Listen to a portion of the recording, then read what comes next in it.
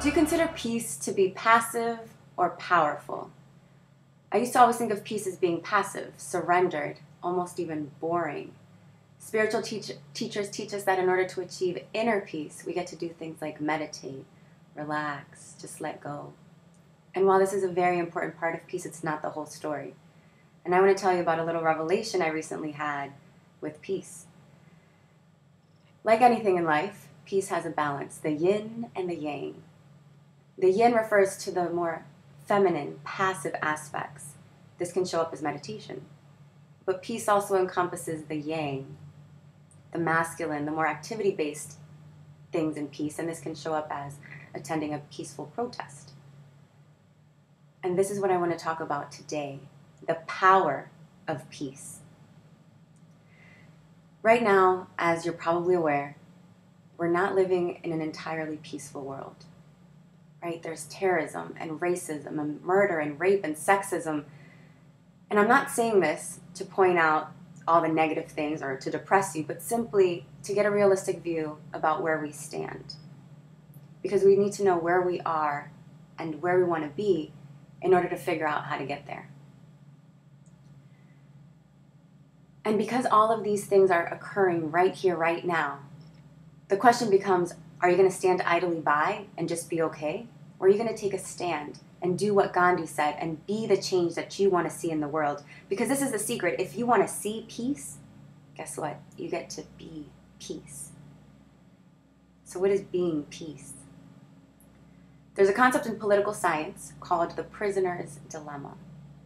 And it says that even when the best case scenario is completely clear and obvious, the rational individual tends to always choose the choice that is in their own self-interest over the collective good. The example goes like this. There are two prisoners, and they're separated, so they can't talk to each other. And each prisoner is given the same two choices.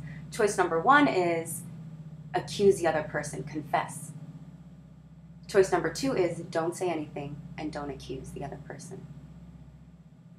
Now, if they could talk, they would probably realize that if they both remained silent, neither of them would be accused, and they wouldn't get as much time in jail. However, because they can't talk, what happens is fear ensues. There's a lot of doubt that enters, and the rational individual decides, you know what, I don't know what he or she is going to do, so let me look out for myself. I'm going to accuse the other person. And research shows that that's exactly what happens. So what does this mean?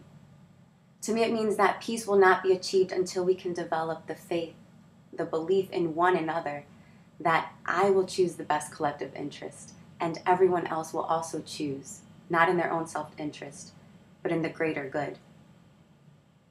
There's another concept called nonviolent resistance, which I'm sure you've heard of. This refers to the marches and the protests organized by people like Mahatma Gandhi and Martin Luther King.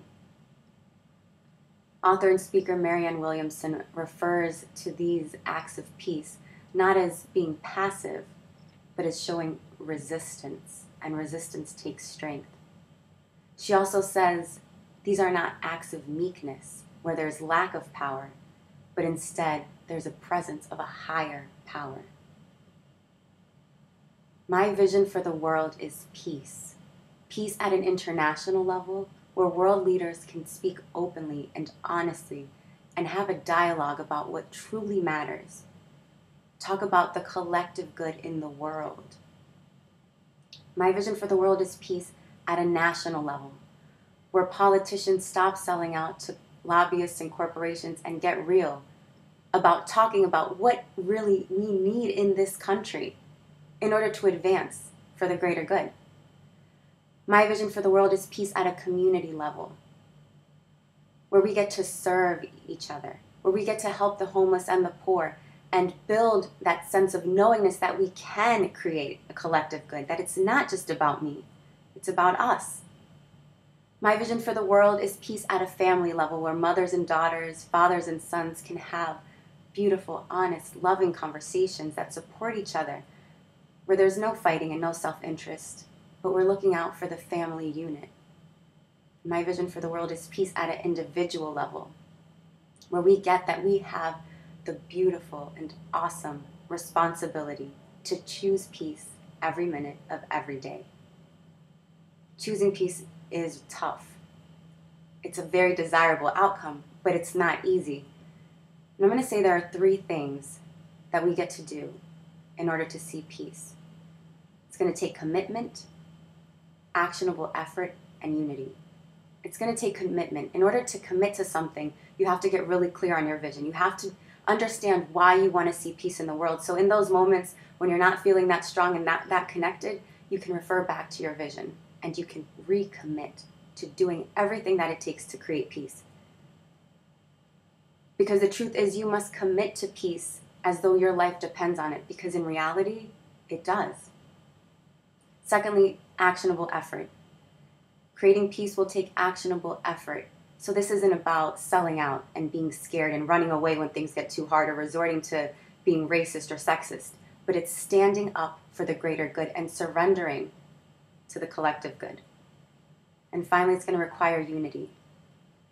Unity in communication and realizing that we are all the same. Yes, we have different opinions, but that's the beauty of life. We must unite and start communicating. Unite under peace. Now, this may seem far-fetched, but it is still a possibility. And I challenge you to be peace as often as possible throughout the day.